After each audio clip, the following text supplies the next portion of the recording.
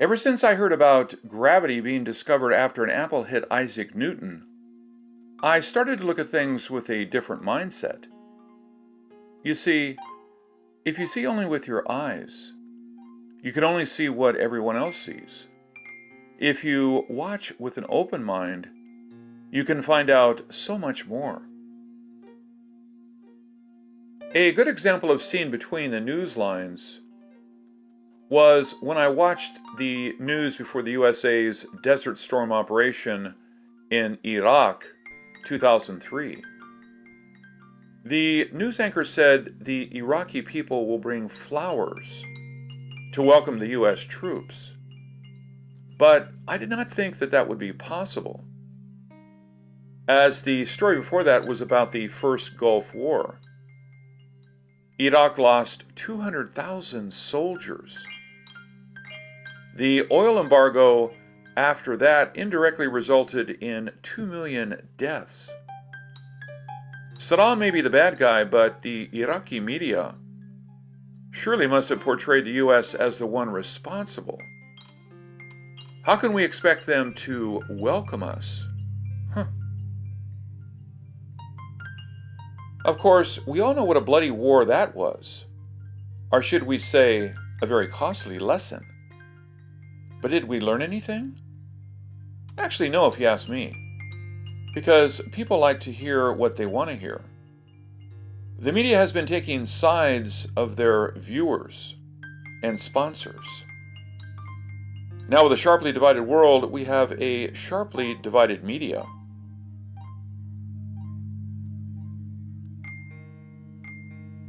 Although I find the British accent a bit hard to understand, I thought the BBC is more neutral in reporting the US news. But today I was disappointed watching a coronavirus reporting from them about the UK. Yesterday, UK crossed a sad benchmark of 40,000 coronavirus deaths. It is a news no one wants to hear, but it is a grim fact news media should report. But after the BBC reported the number, it showed a chart of a death toll in other European countries. Like Italy was at 33,774, France at 28,111, and Spain at 27,134, and finally Belgium at 9,566. To water down the UK's failure in handling the pandemic, they showed another chart. The death per 10,000 people showed 8.26 in Belgium, while the UK is only at 5.93. Those are hard facts no one can dispute. But were they sending the right message? Did you know Belgium is the only country that includes suspected coronavirus deaths? That means if a person dies before getting tested, Belgium is the only country that may include that in the statistics. And why didn't they tell you that Belgium had 1,550 coronavirus deaths between 5/5 and June 5, 2020, when the UK had 10,834 deaths during the same period, despite Belgium's aggressive way of counting deaths? But why? Why did they report in such ways? Like I said earlier, no one wants to hear bad news. Plus, how can people support the UK's decision to ease the lockdown when the pandemic is still out of control? Since delivering news with a little twist is now part of the business, everyone does it now. But feeding biased views with twisted facts can have dire consequences. Like the breaking news I saw today about 3 Chinese nationalists that were murdered in Zambia.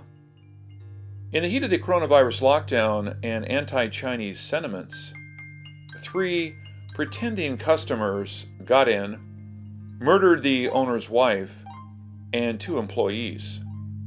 Then they burnt their bodies before raiding the valuables and taking off. Why? Zambia blamed the coronavirus spreading on the Chinese when the outbreak there in reality started by someone that had visited Europe. Like many politicians, Mayor Sampa became the center of attention when he criticized Chinamen for slavery reloaded. In a time when people want to blame someone, anyone, giving them the target is like pouring fuel on dry wood. Then the media reported that some factories would not allow employees to go home. 6 employees were forced to stay in small spaces so they could continue working, while Chinese employers said they did it to avoid employees being infected. And for the ones that refused to stay, they could come back after the pandemic is over. While the ones that stayed were provided food and a place to stay, and some companies offered extra pay. Does that sound like slavery?